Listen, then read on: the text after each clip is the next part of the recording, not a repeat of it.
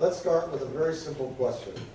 What is it about caring for elderly and aging populations that's the number one thing that keeps you up at night? What is it that you wake up at 3 o'clock in the morning and ask, what are we going to do about this? So Linda, why don't we start with you? Thank you, Henry. So as I mentioned, and then you all know the silver tsunami, 10,000 seniors turning 65 every year, or excuse me, every day. And so I worry about access, particularly with, the health care bill being Obamacare most likely. I don't know how it'll all go, whether a new one will pass, but we know there's going to be changes. So higher costs and less Medicaid coverage. So that's a big part of the new legislation, whether it be the House or the Senate bill. Medicaid will most likely be cut, and how they pay the states will change. And so this could pose some big problems for our seniors, our low-income seniors that rely on Medicaid. And they've saved little for retirement. So what are they to do, really, to go without health care? And yes, at 65, they would qualify for Medicare. But, my husband signed up for Medicare just yesterday. It's not free.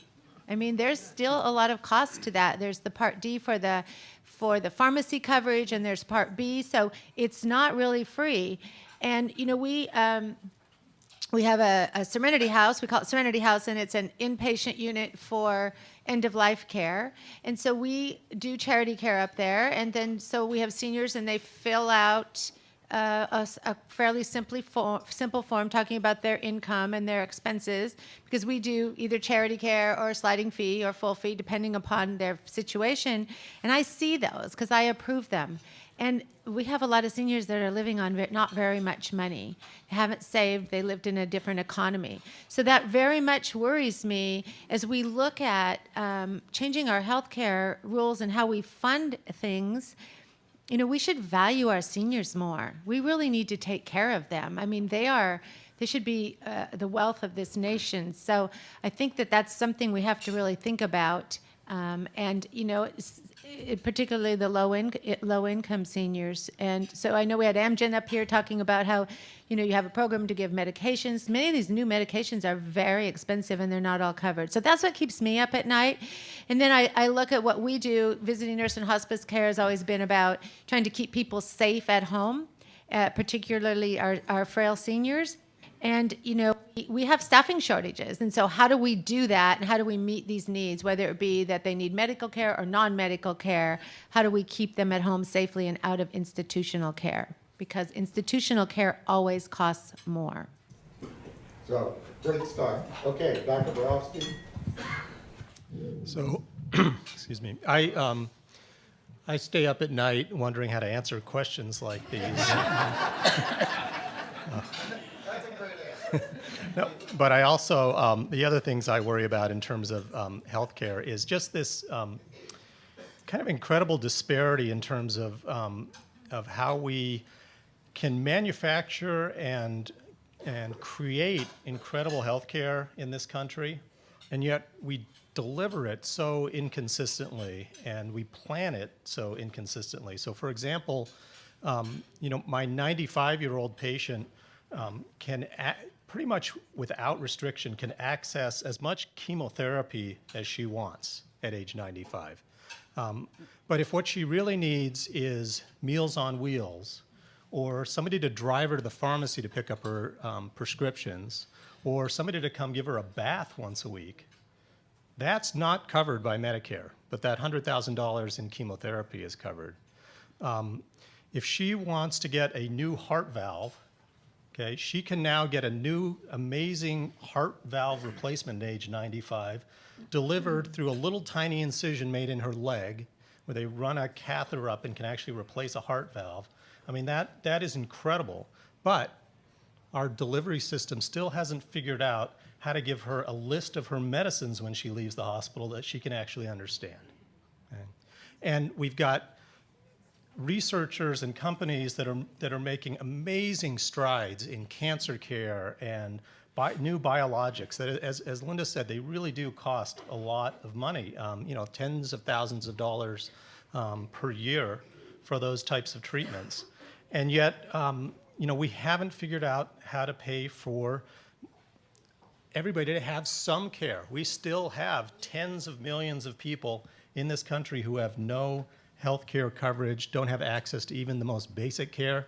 And unfortunately, right now, our political discussions are centered around whether we should have, 20 million people without health care or maybe 30 or 40 million people without health care in the future.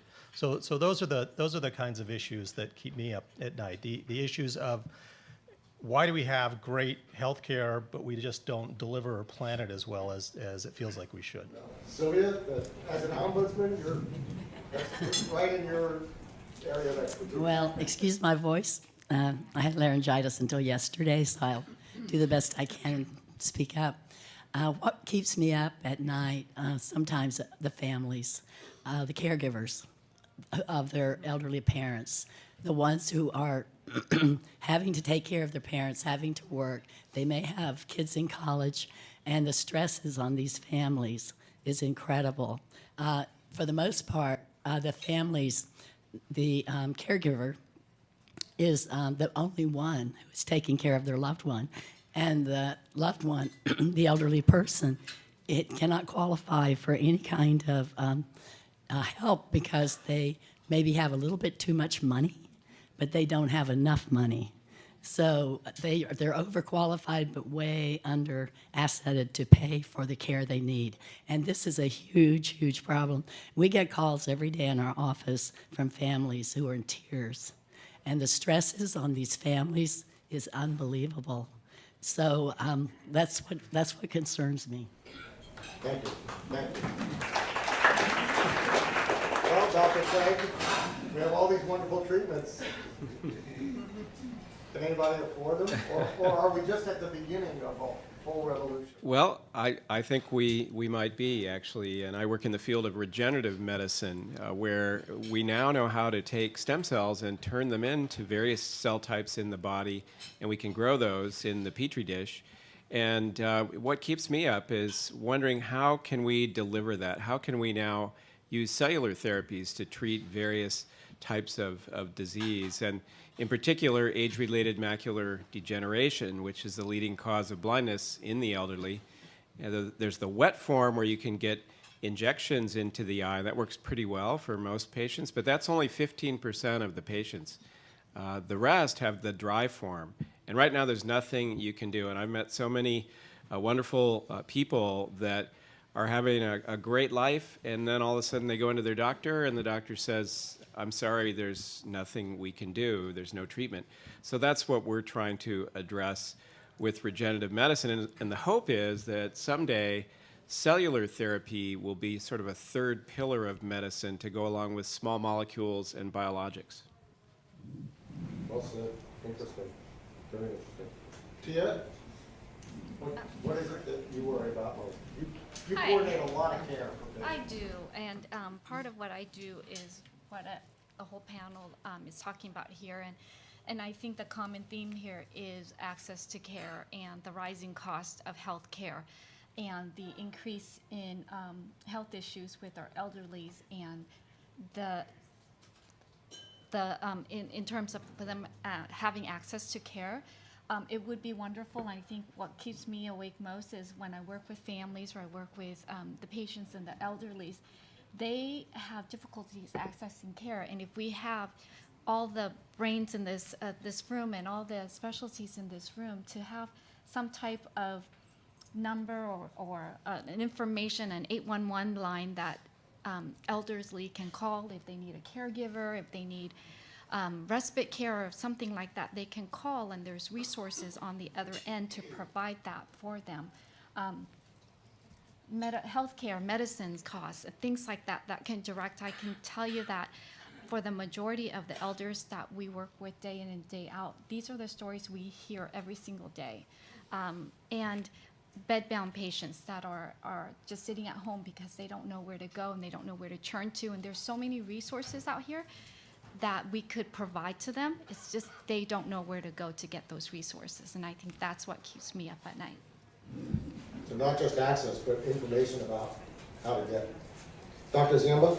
Okay, As you've heard, there are increasing number of seniors, many people turning 65, all getting Medicare, and that's great. They have insurance, they can go to the doctor, but the number of doctors that are being turned out, people who can provide that health care, as far as I can tell, is not increasing. So the need will increase, but the people who can provide the care are not. They're staying roughly the same. So I can see a problem down the road with that. Okay. Sharon? Well, first of all, I'm going to age myself. I've been a nurse for 42 years, and I've had my own business for 30 years.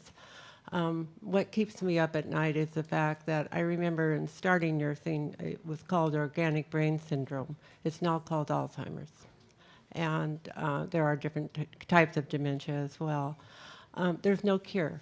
It's a devastating disease. I've been fortunate enough to be on the Alzheimer's board to try to make a difference for people afflicted with Alzheimer's, but it does keep me up at night. We have many clients in my business that have Alzheimer's, and I see what the caregivers have to go through. I see what the families have to go through, and particularly the patients themselves.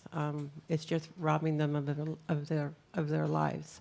Just a real short story. A very good friend of my husband and mine, who we play a lot of golf with, from Minnesota, who is in the assisted living business and has memory care units in Minnesota, was diagnosed with early onset Alzheimer's last October. His wife emailed me. They were back in Minnesota, and I didn't know what to say.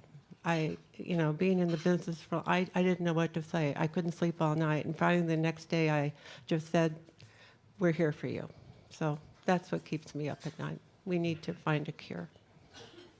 Thank you. Well said.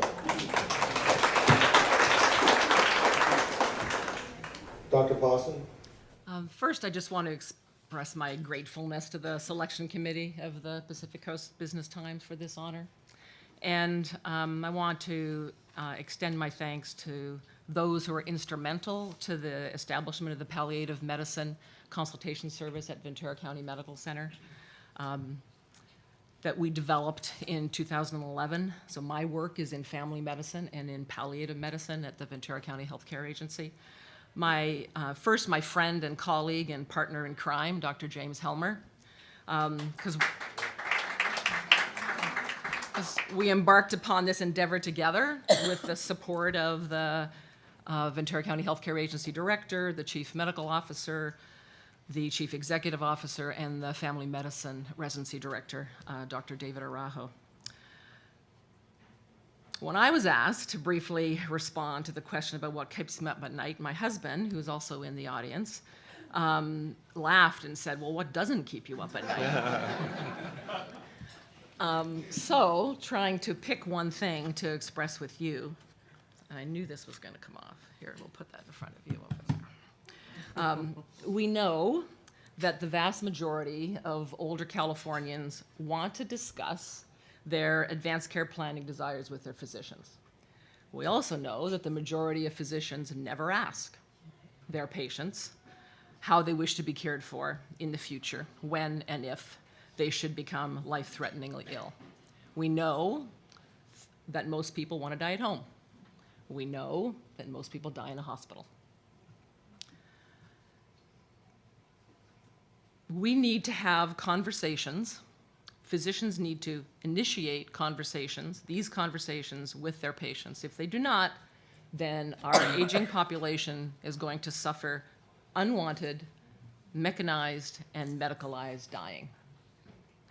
Palliative medicine, initiated early in the course of disease, long before the end of life, can assist patients and their families by paying attention to the factors that impact their quality of life. So my fear is that there won't be enough skilled doctors or other healthcare providers to help limit this suffering and the wasted expenditure of healthcare resources. My fear is that access to good quality healthcare is going to become more difficult in this current administration, resulting in fewer doctor-patient relationships that will address these issues, and is going to result in the provision of unhelpful and sometimes futile medical care that are not going to allow our aging population to achieve their goals of care at the end of their life. Thanks. Thank you.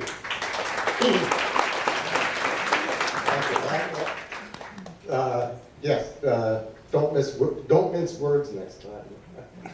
That was very direct.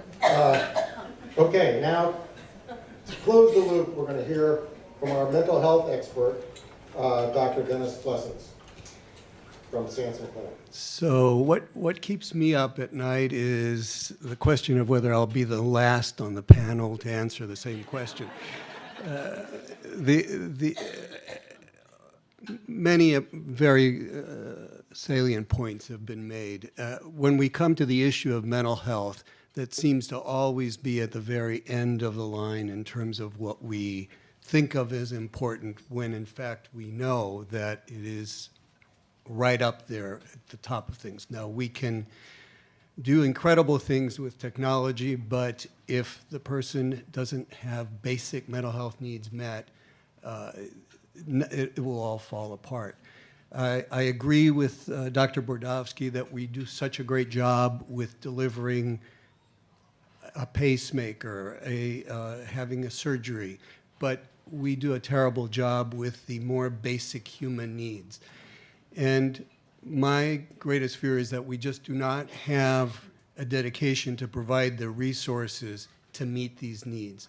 These needs are going to not involve just physicians. We need more nurses. We need more nurse practitioners, physicians' assistants, social workers, patient advocates. We need a whole system that needs to be reorganized that I believe will only meet these needs when we do it from a population health perspective, when everybody has to face the fact that if we don't meet those basic mental health needs in addition to everything else, it will not get us anywhere. And if we stop rewarding people who do widgets, who produce one little piece as opposed to looking at the big picture, if we don't move to a population management, we're not going to be looking at the entire picture and being more efficient and more effective. So those are some of the things that I worry about. Very good. Well done. So I guess one question I would have, and I'll throw it out there, and my only caveat is if you agree with what the person next to you just said, you don't necessarily need to repeat it, but we live in an age where we have smartphones, we have big data, we have lots of access to information. What do you see as 2 or 3 of the best innovations, the things that are just around the corner? In keeping with my theme of having doctor-patient relationships and doctor-patient conversations and being able to talk to each other, the electronic health record, if doctors are spending more time looking at their computer than talking with their patient, then I think that technologic innovation is actually a hindrance to having the kinds of conversations that I was speaking about a moment ago. Obviously, it can certainly very much help the delivery of healthcare, but we have to be very careful that if we spend more time talking to our computer than our patients, we do not provide better healthcare. Yeah, and I just want to, I support electronic healthcare records, and we too have that, and I know in our community, our hospitals have gone towards that.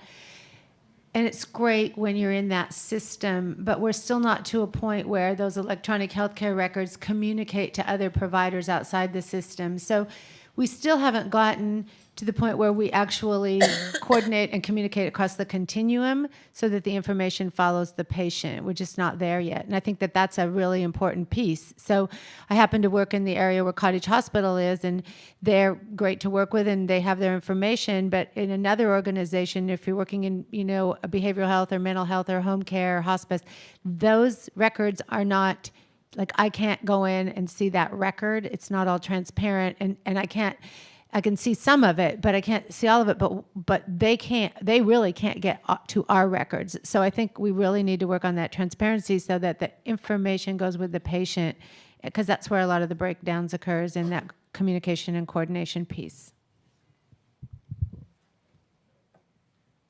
I guess I could address the use of technology in research to develop new treatments. And it's an exciting time, not only with cellular therapies, but bioengineering, where you can implant, engineering type small, tiny devices that can help diagnose and treat disease. And this is the era of the human genome, where we have the entire sequence of the human genome. And at Amgen, they have the entire sequence of, I think, just about everyone in Iceland, which is kind of interesting. And you can track which diseases are related to what genes that maybe we don't know about. And so there's a lot of really exciting advances that are happening with those new technologies. The goal, of course, we're hearing about treating patients and keeping costs down, and that's also a huge challenge. Well, I just want to stay on technology for just one more second, because one of the things that we have a lot of expertise at in this region is something called the Internet of Things. And we have this ability to monitor where truck fleets go. We have the ability to monitor a lot of things about our homes. We can control our refrigerator from our phone, at least on some programs. Does this hold some of the key to working with the elderly? Ombudsman, is this an invasion of privacy? Can we look in at your parents' house or grandma's house and know that they have or haven't taken their medicines, or do some remote monitoring to make sure they're okay? And is that a smart thing to do?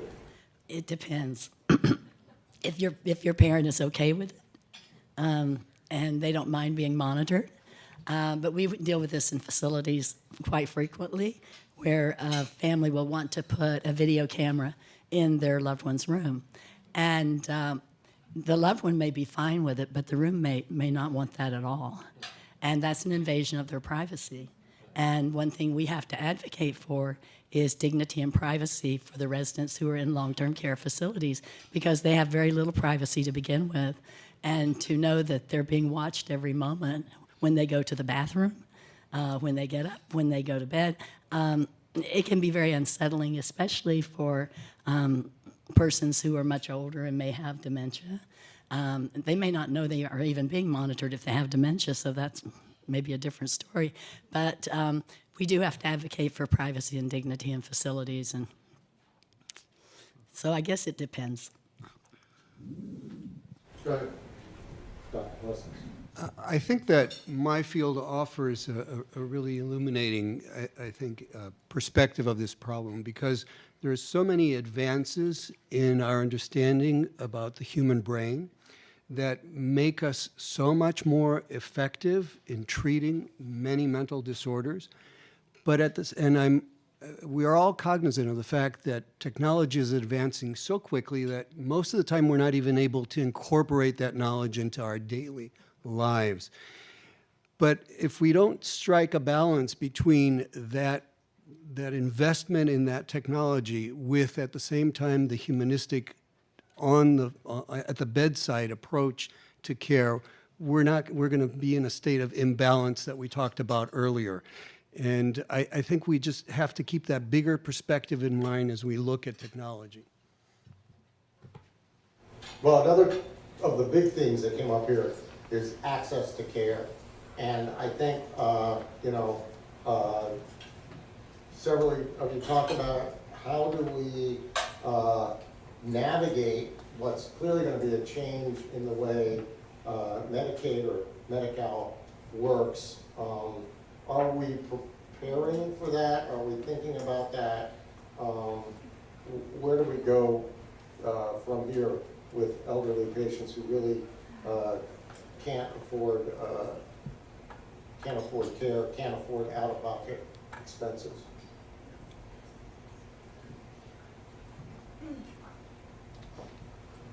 Change our whole system. Change our whole system. Yeah, I think we're trying to prepare for it. I think, healthcare has become so politicized that it makes those preparations difficult, because, it seems like now every 4 years you have to kind of tear up your plan and start over again with your preparations. And in large, complicated organizations, that makes things very difficult to plan and prepare.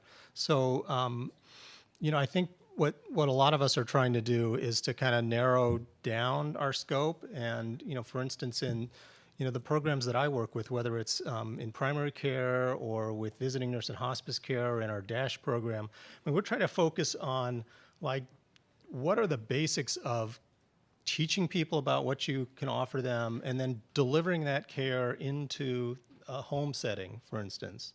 And how can you do that efficiently? How can you make it so that there's not 10 hoops for a 90-year-old to jump through to try to access care? So trying to create systems that are simpler, and I think all of our organizations are trying to constantly improve what we do and improve the service that we do. But it's in this background of really large kind of macro changes happening in the healthcare arena that make it complicated and I think kind of slow down our advances. And we have amazing technological advances, and the stuff that's happening in with the human genome and genetics it is absolutely revolutionary.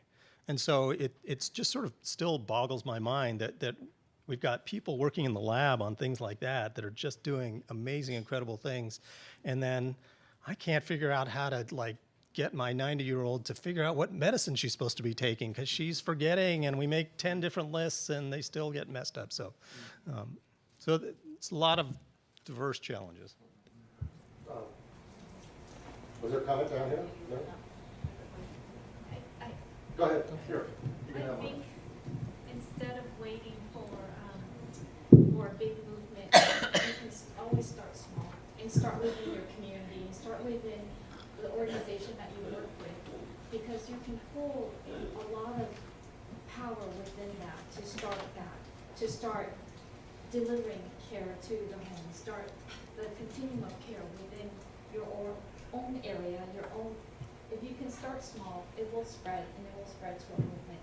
And I truly believe that there are so much that you could do within each other, within yourself, that you could deliver this care to the elders and connect them to some access versus sitting around and waiting for something to be happening at the White House or something like that. Is there a need for more citizen participation, for more volunteers? Absolutely, absolutely. And there's such a big need because, like the panel here and everybody else have indicated, our elderly populations are living longer. They have probably outlived their retirement and their savings, and so their cost of living and the cost of healthcare has increased. And as they age, of course, health issues age, and their needs are increasing.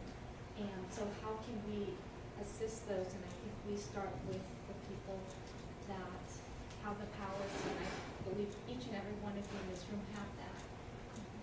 And we'll start there. Good comment. Thank you. Can I add something too, that I think this is really exciting because I believe in people taking care of people and focusing on dementia again. Ventura County Area Agency on Aging has just launched this week a dementia-friendly community for people with dementia, meaning that, and the launch I think is in Camarillo on Friday, Old Town Camarillo, for the business venture. It means that when people have dementia, they should be able to go out in the community and to socialize. And people that have businesses should be able to see they have dementia and help them be part of society still and not be isolated in the home or an institution. So I'm really excited about this venture we have. Was there another comment? Well, I was going to, not even sure what I'm answering now in terms of there's a few questions ago, but it had to do with the access to healthcare and the fair or unfair distribution of delivery of healthcare. And we can work within our institutions on a small level, or we as a society can change that. Can change that uneven and unfair delivery and distribution of healthcare. If we as a society decide that access to healthcare is a right and not a privilege, and work towards paying for that, we wouldn't have all the difficulties that we currently have in figuring out how one person gets A and one other person gets B and one other person gets nothing.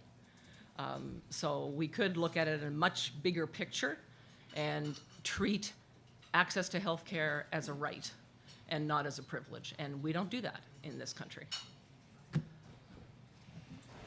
Well, there's a small statement about the way things are. What if you fast forward, and I'm going to ask one more question to the panel, and then we'll throw it out open because we have some questions I know from the audience.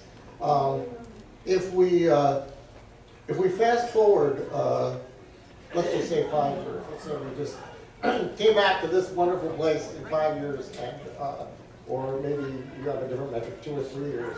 What do you think healthcare looks like? Because we're in the middle of this huge change. So we've come through 6 or 7 years of Affordable Care Act. Now we're going to have something else. What do you think the healthcare system looks like, and does it really look that much different than what it does today?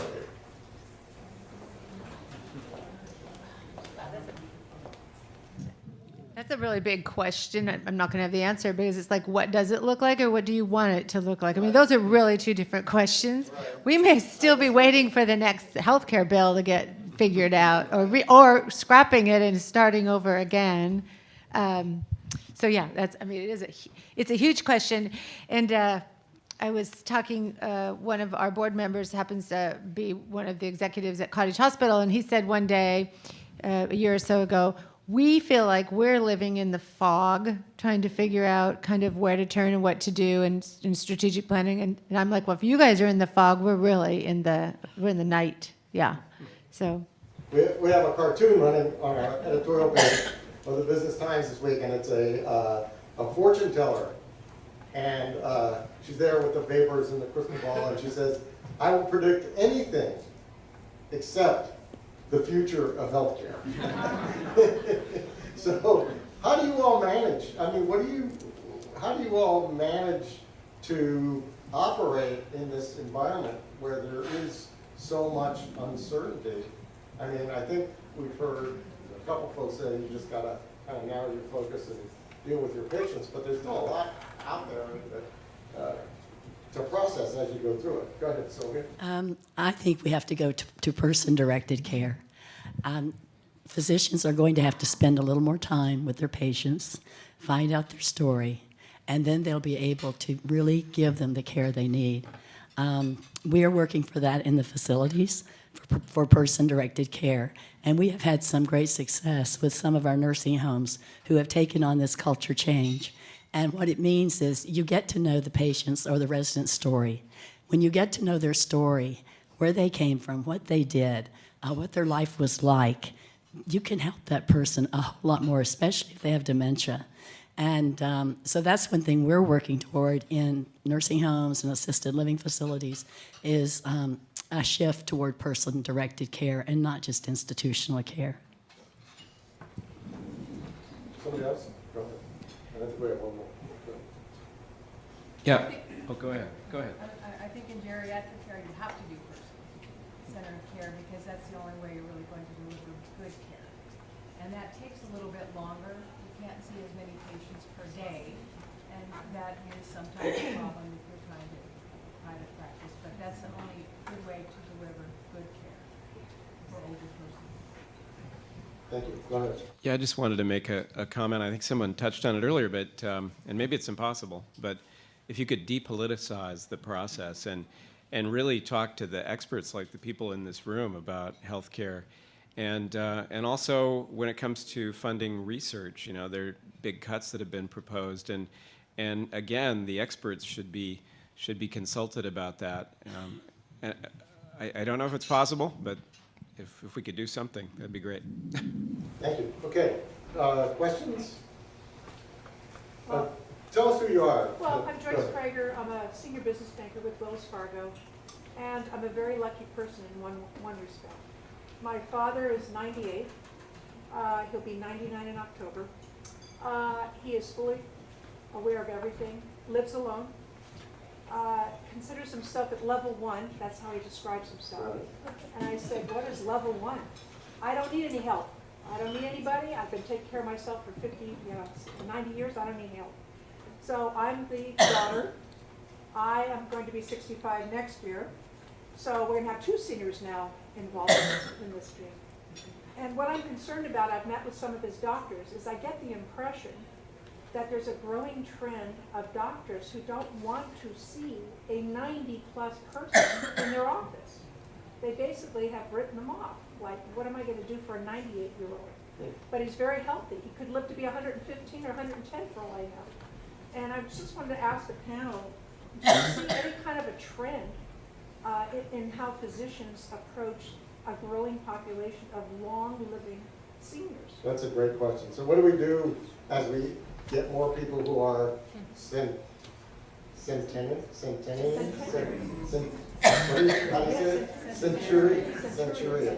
Yeah. The AARP publications talk a lot about, and part of the problem is if you get to 80, right, you're likely to live to 90, and so on and so on. So what do we do about these super old folks? What you need to do is get somebody. They're super old. Who are going to be us? What you need to do is get people who are well-trained in geriatric medicine, who like old people and like working with them. I see people sometimes, my average age for a day would be 88 years old. And if you get to know them and if you find out about their life, they are fun people to deal with, and that's what led me to geriatric medicine. We need more people trained in that, and we need that specialty to be better paid. One of the reasons people don't go into geriatrics is you can't see as many patients, you can't make as much money, and we need more emphasis on that specialty. We're at the Ventura County Medical Center. We have a training program for family physicians, and we have the largest training program for family physicians in California. And I don't know what the statistics are in terms of the interests of physicians in geriatric care, but we're in a position to train exactly the doctors you're talking about, and we see an increasing interest amongst our residents in caring for the elder population. And it's certainly our job to show them the joy of that and how spectacular that can be in terms of caring for our aging population. And we see that interest in our youngsters, meaning our new physicians. So that's not my experience. But the other thing I would comment on is don't operate under the idea that the solution for taking care of aging people is just get more doctors and more technology. Because we doctors, I mean, we can provide medical care, but when your dad is 115 years old and super frail, he needs a system of care. He's going to need maybe a day program to go to and somebody who's going to come give him, personal care at home, a bath at home. He doesn't necessarily need a doctor to stand by him, all the time. He needs a system that's going to support that. And part of that also means is that, the people in this room need to play a part too. We live, so far away from our families now, many of us anyway. We have a real challenge in how we're going to take care of our own, how we're going to take care of people. So, I would implore people, if you're like many of us who have parents, be part of their care. That means you might have to take off an afternoon from work to go to a doctor's visit with your elderly father. Or you might need to think about whether you're going to let your employees take time off to take care of their family members. Really important that we kind of build a culture of caring for the elderly. We need geriatricians too, but we also need to step up as a society. I just wanted to add to that. You all made such a great commentary about having access to resources. His question to me was, what happens if all my 3 daughters die before me? It's possible. I mean, we're all 60 and 70, so things can happen. Not everyone lives to be in their 90s. And I thought, God, what a challenging question. What would happen? And again, it goes back to setting up some kind of a system in our community and with friends to make sure people are going to be okay. Most of us worry about outliving our money. Yeah. Not all of us worry about outliving our kids, that's Yeah, all. sure. Or, that's a crazy question. Is there another question in the audience? And no children. Go ahead. Henry, I'm Dean Axelrod. I work with Direct Relief, and we provide free medicines to community health centers all over the country. And a lot of the discussion here has touched on what happens in government and how that affects delivery of care. And Direct Relief operates without any government aid. There's a tremendous amount of generosity in the private sector, and I'm curious about the panel's perspective on what the future may look like in terms of the role that nonprofits, that private charitable activities will, what role they'll perform in the healthcare system if we can't count on consistency from the government. Good question. Well, since I'm the nonprofit, I'll speak to this. Our agency could not exist without our volunteers. We have a very small staff of 5, and we have 60 state-certified volunteers. Our supervisors, board of supervisors, have said if they had to bring what we do into county government, it would cost them millions of dollars. We operate on a little over $500,000 a year, and that's because our volunteers contribute in-kind services of over $250,000. And they are in the nursing homes every week, although we don't have to be, but that's our mandate in Ventura County. And they're in the assisted living every month. And they are monitoring these facilities for quality of care. I think in the communities, we're going to have to step up. This is how to get something done. And we are very committed to the fact that nonprofits can bring great value to healthcare. And I think that that's the trend if we wanted to be able to deliver the services.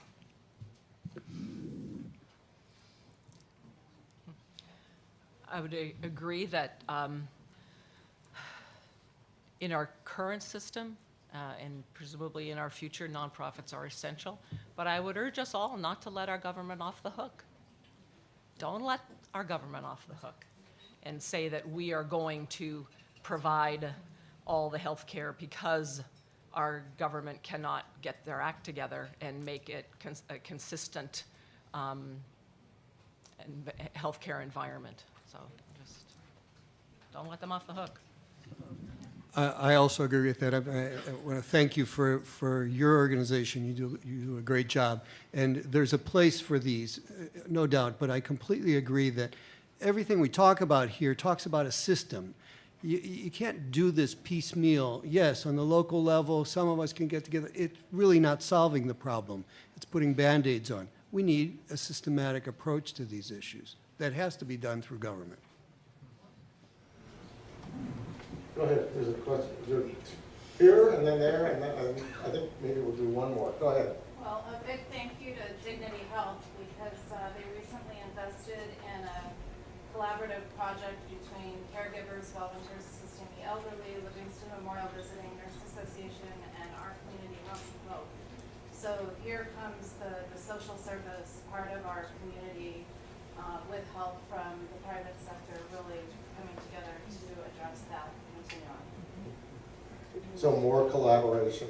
And it should be said, a lot of our Dignity, Visiting Nurse, Cottage Health, Janssen Clinic, they're all nonprofits. We do have a few for-profit hospitals in the region, but most of it is nonprofit or government-owned, community memorial. Go ahead. Questions? Not a question, but a comment that's in line with what we're talking about. I'm Christine Bowe from the Area Agents and Aging. I'm the strategic planner and business manager and team leader of Dementia Friendly Ventura County, which was, as Sharon said, launched, actually the Board of Supervisors launched it on Tuesday, officially with proclamation. We had all the county leaders that were available yesterday, including Mike Powers, Matt Carroll, went through on the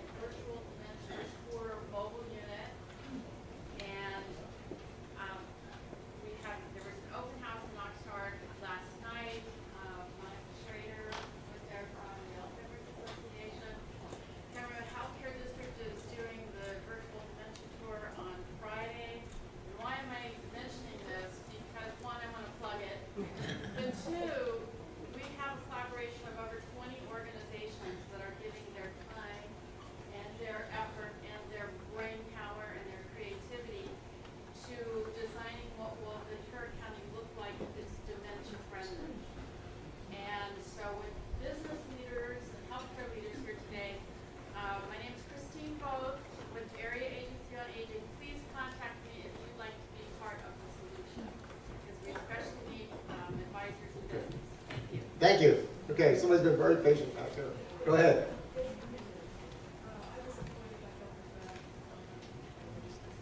Well, Jane, can you speak up? No, we can't hear you. Stand up.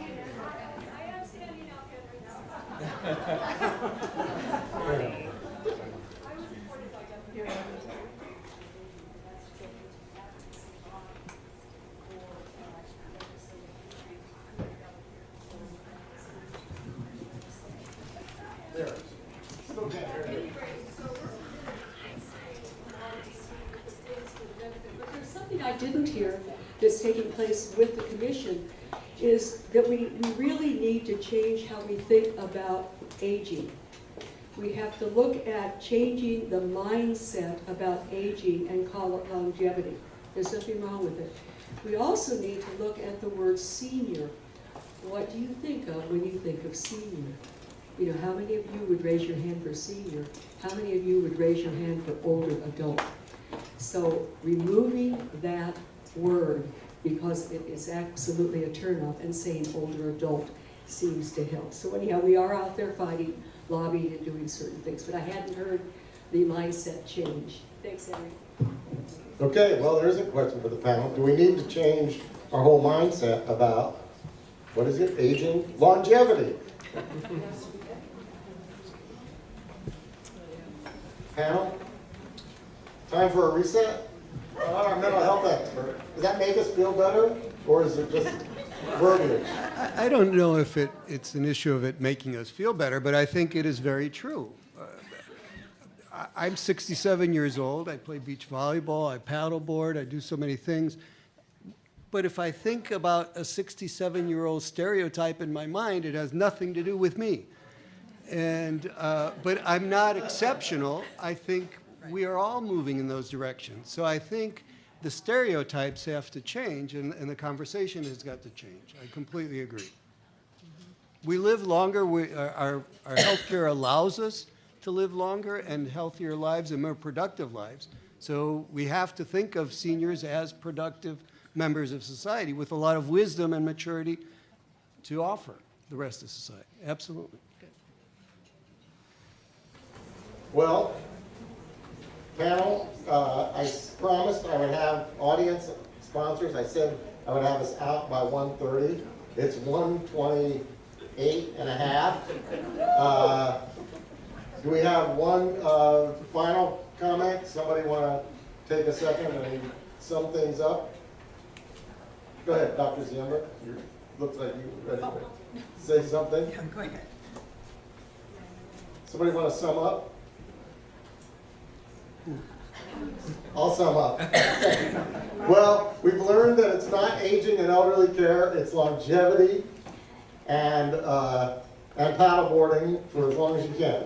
And I think that's probably as good a thought as we can get, although I do think we learned a lot today about what our various communities are doing about healthcare.